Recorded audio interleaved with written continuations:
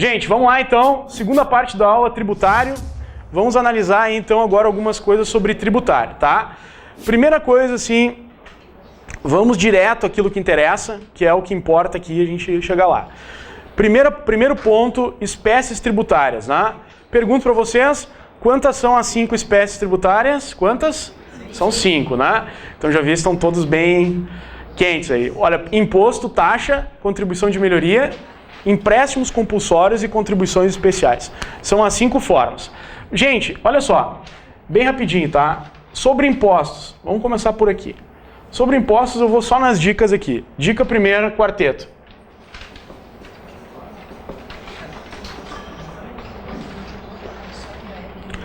Exceção ao princípio da legalidade, ou seja, por decreto, esses impostos conhecidos como flexíveis ou regulatórios, eles podem ser majorados por ato da Presidência da República, por decreto, tá? Essa é a primeira dica. Quem são eles? Imposto de importação, imposto de exportação, imposto sobre operações financeiras e IPI, imposto sobre produtos industrializados, tá?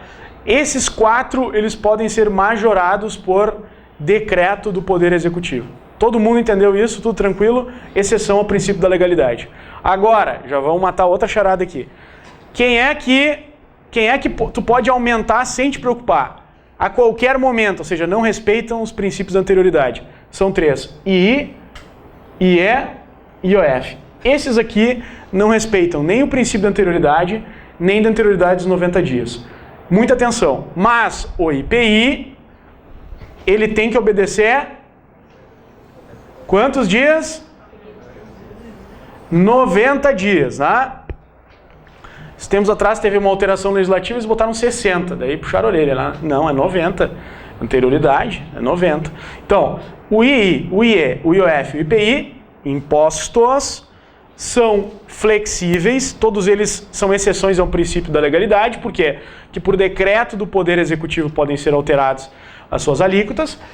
E aqui, atenção, esse ponto, todos esses 3 aqui podem ser alterados a qualquer momento, e esse aqui tem que obedecer 90 dias. Não esquece disso, que isso é importante. O princípio da anterioridade sempre cai. Caiu uma vez assim, dizendo também...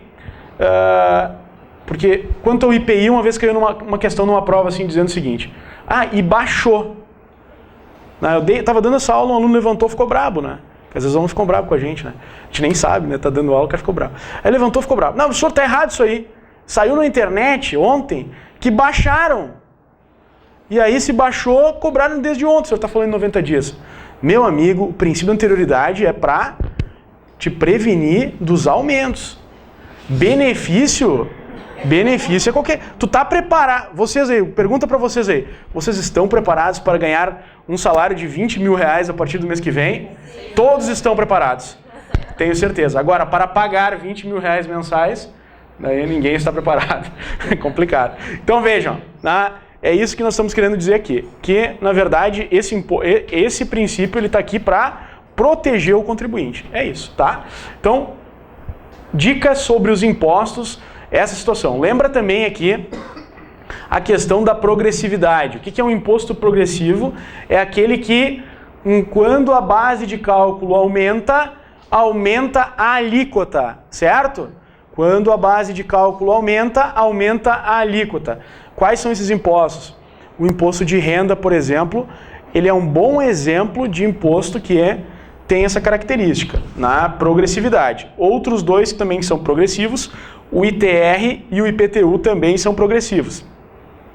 E, em razão de uma repercussão geral, o ITCMD, que é o Imposto sobre Transmissão, Causa, Morte e Doação, também, por repercussão geral, diz lá que é possível que seja progressivo. É possível a sua progressividade, tá? Então fica essa dica bastante importante aí na área de impostos sobre progressividade.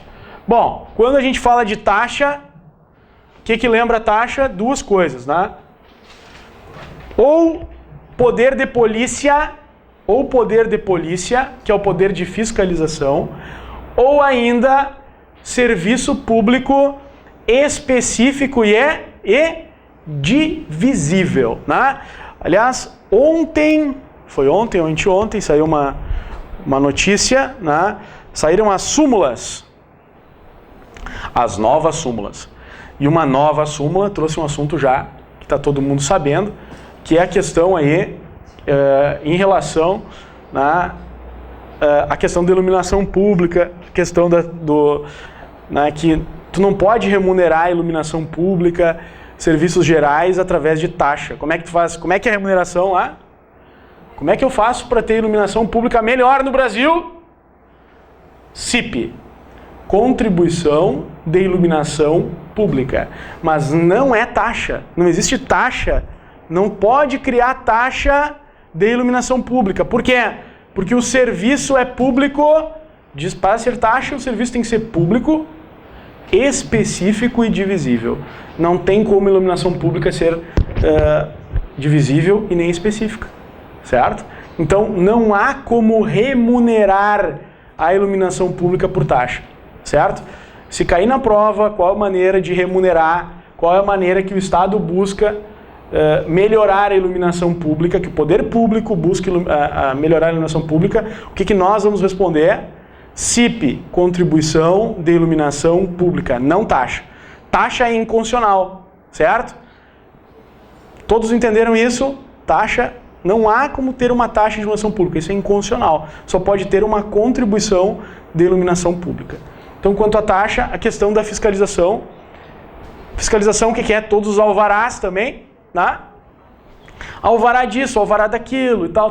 Tudo isso é mediante taxa. Por quê? Porque taxa envolve fiscalização também e taxa também envolve serviço público específico e divisível. Certo? Lembrem ainda, isso aqui é muito importante, né? Que a taxa ela tem uma referibilidade. Ou seja, a gente paga para custear o serviço que nos é colocado à disposição. Então vejam por isso. Depois disso, além do imposto e além da taxa, nós temos a contribuição de melhoria. Né? O que é contribuição de melhoria? Isso. Obra pública mais valorização imobiliária.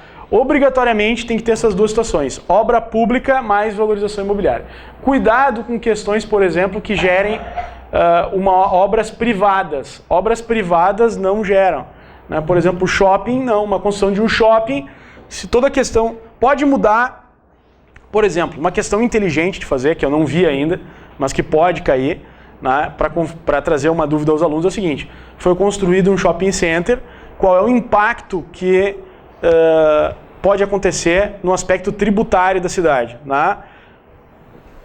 Letra A, né? Pode cobrar uma contribuição de melhoria. Errado, né? Não pode. Agora, alterar a base de cálculo do imposto, claro que pode, né? Porque a base de cálculo pode, em razão da região toda ter uma valorização, pela construção do empreendimento do shopping center. Todos compreenderam aqui então? Então, contribuição de melhoria, cuidado com isso. E ainda, lembrando que nunca se pode cobrar valor global maior que o valor de toda a obra. Então a obra vale 1 milhão, não dá para cobrar 2 milhões da população. Tem aquele limite total e tem limite específico também. Quais são os limites específicos? Cada um vai ter uma valorização imobiliária. Então normalmente o projeto ele prevê, quanto mais próximo da obra, maior a valorização imobiliária e, portanto, né, vai pagar mais. Cuidado com a seguinte situação. Se cair na prova, lembrem disso, cair na prova lá é uma obra pública, tá? E aí o cara tá escrito obra pública e já começa a ficar nervoso. Então é contribuição de melhoria, tá? E aí, o que aconteceu aqui? Essa obra pública trouxe um melhoramento para a região, mas para o teu apartamento foi uma porcaria. Porque o viaduto passa do lado da tua janela. Então, na tua situação específica, não podem cobrar contribuição de melhoria. Por quê? Porque tem que ter valorização imobiliária, não é contribuição de pioria. Né? Professor, mas onde é que tem que dizer que tem que ter valorizado? Está no nome. Contribuição é de melhoria, não é de pioria. Então tem que melhorar a vida da pessoa. Se a questão cair, uma obra pública, mas dando toda uma... Já lembra disso, Não te estressa que não pode cobrar. Imposto, taxa, contribuição de melhoria, empréstimo compulsório. Isso cai bastante, né? Olha, o que já deu de gente acertando em prova porque conhece empréstimo compulsório, isso aqui é tranquilo, né? Qual é a equação do empréstimo compulsório?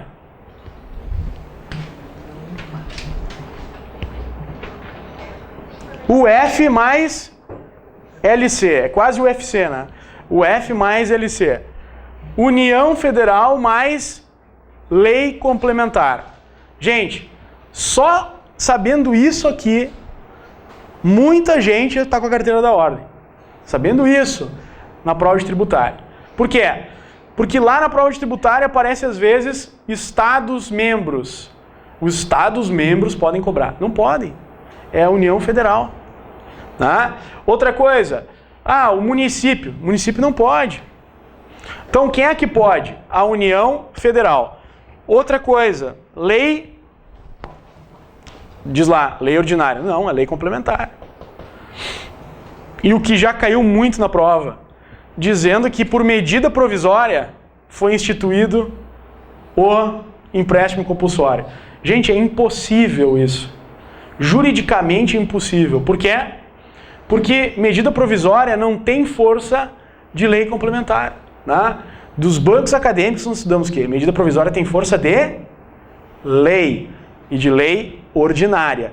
Aqui a gente precisa de uma lei complementar, logo não temos como considerar que uma medida provisória possa vir a instituir um empréstimo compulsório. E outro ponto muito importante aqui. Sabe que o 148 ele tem 2 incisos. Um inciso que fala de guerra, calamidade pública e tal, e o outro que fala de investimento público de urgente, relevante, interesse nacional. É bem bonito, né? Então, vejam, o que é calamidade pública? Dá para esperar? Guerra, dá para esperar? Não dá. Né? Isso não precisa a gente saber tributário, a gente saber que guerra é guerra, né? E guerra, sabe como é que é. Então, se tem guerra, se tem calamidade pública, não tem que esperar absolutamente nada. A União, ela cria por lei complementar e começa a cobrar imediatamente. Contudo, se tratar de investimento público de caráter urgente, relevante, interesse nacional, aí se observam os princípios, né? Devem se observar os princípios da anterioridade. Todo mundo entendeu isso? Isso cai muito em prova. Então o cara vai lá e larga uma assim, ó. O empréstimo compulsório, em razão da urgência, não precisa respeitar o princípio da anterioridade. Então o cara se atira que nem um pato, assim. Não é. Tá errado. Porque tem 2 itens. São 2 os incisos, né? Um inciso que diz que pode cobrar imediatamente e outro que não. Eu já vi questão que começa assim, ó. O empréstimo, olha só como é que era a questão. O empréstimo compulsório em razão de calamidade pública, 2 pontos. Bom, aí tranquilo, né? O que tu vai botar ali? Que ele não precisa respeitar o princípio da anterioridade, porque já na questão já está dizendo qual é dos 2 incisos que ele tá apontando. Tá? Então, empréstimo compulsório, lembra disso? O F mais LC. Né? E por último, as contribuições aqui, né, especiais, né? Que na verdade entram aqui todas as contribuições que não são a contribuição de melhoria. Por que o nome de contribuições especiais? Porque a contribuição própria é a contribuição de melhoria. As outras todas são consideradas contribuições especiais. E aqui a CIP é um exemplo muito importante, contribuição de iluminação pública que eu referi, que a competência da CIP é de quem? Do município e do Distrito Federal, tá? Não esqueçam disso, que isso é fundamental nessa... Já caiu várias vezes, já foi objeto aí de questionamento em prova, esta informação. Então, a CIP, município é Distrito Federal. Vocês não vão esquecer, eu tenho certeza. Amanhã vão tocar-lhe ficha. Tá? Então, vão acertar essa. Tá? Que mais que a gente poderia ver aqui? Lembrem também, né, que além... Dentro do artigo 149, existem algumas especificações importantes. Uma delas é que, por exemplo, para exportar, quando eu exporto, né, eu não pago. Quando eu importo, eu pago. Então, nas contribuições especiais, né, quando há exportação, a Constituição Federal libera, né? Está ali no 149, as contribuições 149. Né? Quais são elas? A CID, está lá no... A contribuição de intervenção no domínio econômico. Lembrem também das anuidades. As anuidades das categorias profissionais também são considerados tributos. São contribuições especiais e, portanto, exceto a contribuição para a OAB, que entrou na justiça e ficou declarado que não era um tributo. Todas as demais, todas as contribuições, as anuidades demais são tributos e estão sujeitas claro aqui, aos princípios tributários. Certo, gente? Então assim a gente acabou vendo aqui de forma geral as espécies tributárias falando das especificações. Lembrem também das imunidades, que é uma coisa muito importante, a imunidade do templo, né? E é importante salientar que a imunidade e de imunidade, lembra? E de impostos. As imunidades genéricas do artigo 150, inciso 6, a linha C, né? somente se voltam aos impostos. Já caiu questão de prova da OAB, dizendo assim, que a imunidade impede a cobrança de... Bom, aí você tinha que saber, a imunidade, ela impede a cobrança do quê? Do imposto. Só de imposto. Então, uma pessoa jurídica, por exemplo, que é imune, ela não vai pagar os impostos, ela vai pagar as taxas, as contribuições de melhoria, a não ser que tenha uma lei que lhe dê isenção, que daí é outra coisa. Mas as imunidades são essas. Quais são as imunidades? Do templo, do livro, que mais? Das instituições sem fins lucrativos, tá? E não esqueçam aí de um ponto, a recíproca imunidade entre os órgãos da federação. Né? Quem são eles? Estado, a União, Estado, Distrito Federal, município, as autarquias e as fundações de direito público. Sociedade de economia mista e a sociedade de economia mista aqui, né?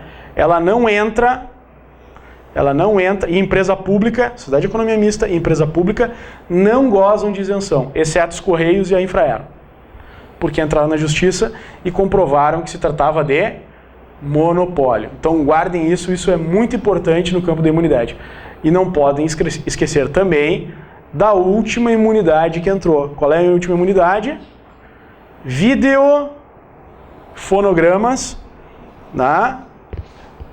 Então, os CDs aí dos artistas brasileiros, né, que tem toda uma espécie de imunidade, também com, voltado aí para a cultura, para a informação. Lembrem disso, então, os fonogramas, videofonogramas, ingressaram também recentemente, há um ano e pouco atrás, dando imunidade também nesse caso.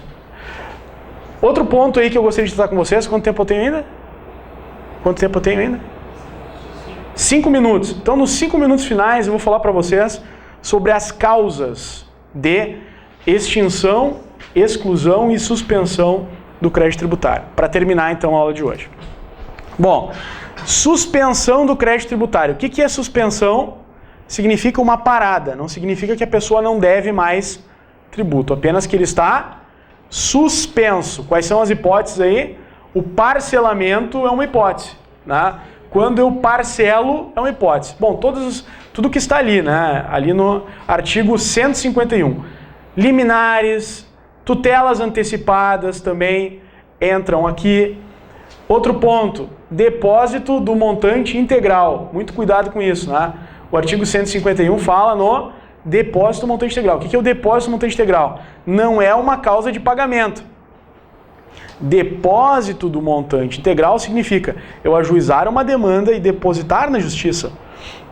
Então eu ajuizo, por exemplo, uma ação declaratória de isenção ou de imunidade e deposito judicialmente o valor. Isso apenas suspende o crédito tributário. Tá? Então vejam, muito importante as hipóteses de suspensão do crédito tributário, liminares, como falei, tutelas antecipadas, depósito do montante integral. Não esqueçam também aqui de uma palavra muito importante, que é a moratória. A moratória, a palavrinha moratória também está muito ligada, vinculada a parcelamento. Elas estão intimamente ligadas, né? E significam hipóteses de suspensão, né, do crédito tributário. Dicas que eu dou para vocês assim, para vocês não confundirem, né? Lembrem que somente existem duas hipóteses de exclusão do crédito tributário. Quais são elas? Isenção e anistia. Isso é uma dica muito boa. Só existem duas de exclusão: isenção e anistia, certo? São as únicas duas hipóteses. Bom, depois nós temos as causas de suspensão, que eu acabei de falar para vocês, e nós temos também as de extinção.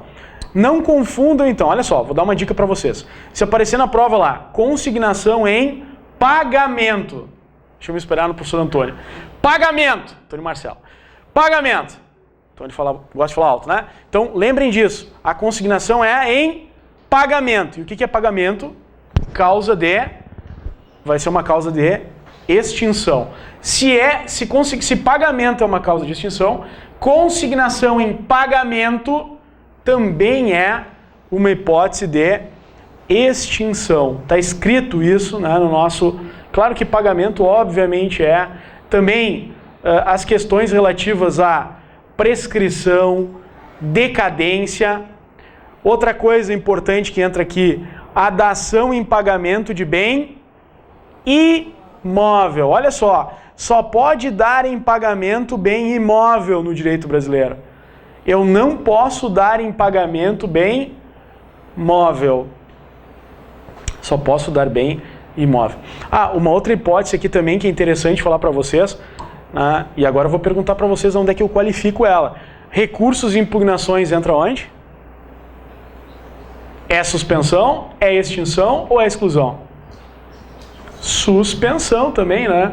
Não podemos deixar de mencioná-la também. Então, por exemplo, o contribuinte sofre um auto de infração e apresenta uma impugnação, apresenta um recurso, isto também se consideram hipóteses de suspensão do crédito tributário. Vejam que não é raro, ou seja, é bem comum cair questões na prova da ordem que envolvam o conhecimento desses artigos que eu acabo de falar para vocês, envolvendo e pedindo que vocês diferenciem causas de suspensão, causas de exclusão e causas de extinção do crédito tributário. Muita atenção aí quanto a esse ponto, tá?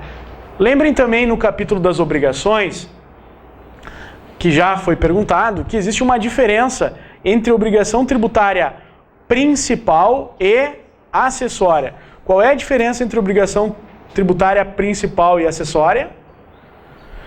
A obrigação tributária principal, né, tem a ver com o pagamento ou do tributo ou da multa. Obrigação tributária principal, pagamento do tributo ou da multa. E quais são obrigações acessórias? Entregas de declarações, inscrição em órgãos fazendários, né, por exemplo, o CNPJ, a inscrição estadual, emissão de nota fiscal, tudo isso seriam obrigações acessórias. E ainda, claro, há uma particularidade bem importante, que é a conversão da obrigação tributária acessória em principal. Isso é uma coisa bem importante, que a gente pode viver na prática, né? A partir de alguns dias aí, quem não entregar a declaração de imposto de renda, né, pode experimentar na prática isso, que significa, no momento que você não entregar a sua declaração de imposto de renda, já estão indo atrás disso, tem que apresentar a declaração. Então, tem que entregar a declaração. Quem não entrega a declaração, o que acontece? Descumpre uma obrigação acessória e esta obrigação, então, em relação à penalidade, se converte em uma obrigação principal, né? Guardem isso é muito importante também. Já que deu mais um tempinho, vou só terminar falando uma coisinha aqui sobre a questão da tributação, né, em relação, por exemplo, a absolutamente incapazes. Será que absolutamente incapaz paga tributo? Claro que sim, né? Por quê? Todas as pessoas absolutamente, relativamente incapazes, todos aqueles tendo ou não discernimento, estão submetidos à carga tributária, né? Aliás, nós tivemos aí recentemente uma criança com poucos dias que pagou imposto de renda. Claro, porque quando ela nasceu, ela já recebeu herança e naquele momento, ele já só estava aguardando seu nascimento para concretizar isso, nasceu, é herdeiro, ok, e aí os bens que ele tinha já teve que declarar, tranquilo, e já teve ali, receber um aluguel, então já pagou imposto de renda. Essa criança já começou bem, né? Já começou pagando imposto. Gente, então eu agradeço muito a atenção de vocês e desejo do fundo do coração, assim, né, que tenham êxito, né? Aqueles que acreditam em Deus, vão com Deus, né? Façam uma boa prova, né? Façam suas orações antes da prova, né? E procurem estar calmos, né? Eu acho que a medida da calma deve ser diretamente proporcional ao esforço que foi feito por cada um. Cada um sabe o seu esforço, né? Sabe o que foi feito. E claro, como eu sempre gosto de falar nas minhas aulas, no final da aula, se vocês não ficarem nervosos amanhã, segunda-feira procurem, né, um médico, né? Porque estão com algum problema, né? Porque é natural o nervosismo. Aliás, né, o nervosismo faz parte do espírito de sobrevivência, né? Quando a gente fica nervoso, quando acontece alguma coisa que a gente tem que preservar a nossa vida, ou preservar o que a gente realmente se esforçou para isso, é natural ficar nervoso. Quem amanhã não tiver nada nervoso, cuidado, né? Pode estar com algum problema psicológico, claro, né? Em razão disso. Então, o nervosismo inicial é natural. A dica que fica para vocês: comecem fazendo aquilo que vocês se sentem mais à vontade para ganhar aquele ânimo, né? Então tem que fazer aqueles 2 gols assim de cara, né? Afunda 2 vezes ali e começa a fazer a prova. Não para, eu vou fazer na ordem. Quero fazer na ordem. Vai fazer a 1 lá, não sai da 1. Não, vai em uma questão que é gol, faz uns 2, 3 golzinhos ali no início, né? E aí começa a fazer a tua prova. Senão tu vai ficar muito preocupado, eu não estou acertando. Não, vai lá, mas assim, fura a rede. Vai lá e chuta com força, fura a rede e começa a tua prova assim. E vai com ânimo, tá, gente? Sucesso para vocês aí. Até mais, vão com Deus e voltem para a segunda fase. Um abraço.